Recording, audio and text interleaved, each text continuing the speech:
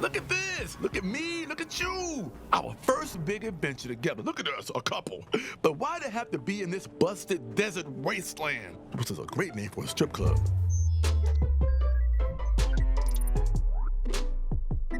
Ryan McCaffrey with IGN, joined by Justin Roiland. He is the founder of Squanch Games, makers of the game we're looking at right now, High on Life. Justin, welcome back. This is Gus, the name of this gun, and you got JB Smoove to voice this, and I want to hear the story of how that happened. Yeah, so, JB is somebody I've been wanting to work with for years and years. We tried to get him season 1 of Rick and Morty, and it just didn't work out. And so, he was in my mind as my top pick for Gus, or one of the guns in this game from very early on. And I didn't think we were going to get him. I was sort of like, shooting for my dream of working with him, and then we'd figure it out going from there. But yeah, I scheduled a meeting with him. I was very lucky to get a meeting with him that was set for a short meeting, like a half an hour Zoom call where we were, just going to discuss a bunch of different stuff, this video game and potential TV development stuff, because he's got some really amazing ideas for animated comedy stuff. And that short meeting ended up lasting for like 2.5, 3 hours. Like, we just hit it off and had like the best conversation, the best meeting. And he's just the fucking coolest guy, like the most fun to work with. He's one of the funniest human beings I've worked with. Now, I heard it's pretty dangerous in here.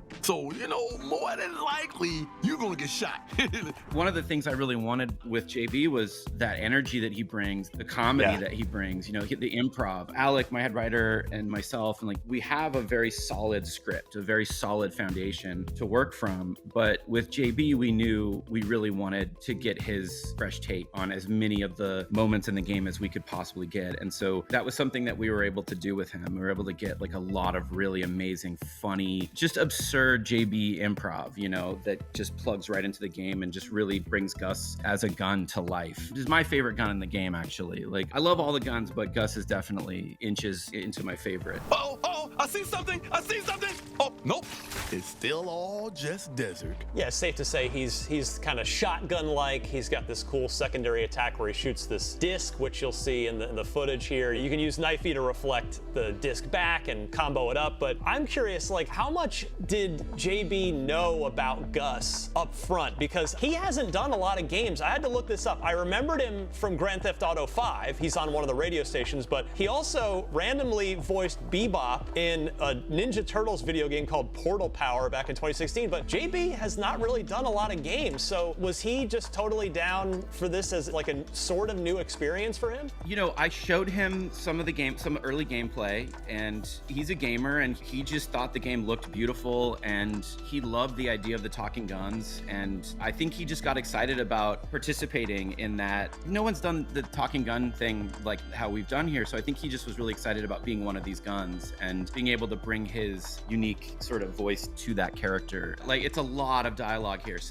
But he was game and he killed it. I want to say with all the voice actors who maybe haven't done a ton of game stuff, it's a lot of fun and really great up until globals. That's when it gets tedious, and even for me, oh my God, globals are that's where it feels gamey. Globals are such a small percentage of the dialogue, but to be clear, globals are the impact sounds and but they're sort of more okay, we need 50 of these, and then we need 50 of these, and we need 50 of these, and they all have to be different in their own way. It's the dirty work of video game voice acting. Yeah, but everything aside from globals, we all had the most fun recording and doing, and JB was no exception. I mean, we would go in and we would get a couple as scripted, and then kind of just talk about what's happening, and then we'd have him play around in improv and just give us crazy JB stuff.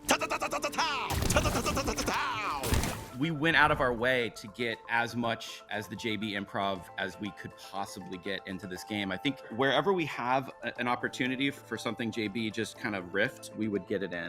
His brain is so fucking brilliant and funny. And obviously, if you've seen him on Curb, the way they do Curb is they outline and they know the direction of these scenes, but then they just improv, and he just comes to life in that format. And so I really wanted to play to his strengths and allow for that in this game. And I pinch myself just the fact that he's in this game, that we got him. It's we rolled a 20, it was my dream, and to get him as this gun, and I still can't believe we did it. And he just brings so much to this game. Such a phenomenal character. And Gus is such a chill, he's more laid back, and kind of just go with the flow and chill. Kenny's more uptight and kind of freaked out and nervous. But anyway, yeah, amazing cast for our core guns, except for me. I'm the weakest link probably. Well, that is enough of you and I talking over this JB montage. Let's let everybody actually hear some of this great JB dialogue, and we'll be covering High on Life all month long here on IGN First. Justin, thank you so much. Yeah, absolutely. Thank you.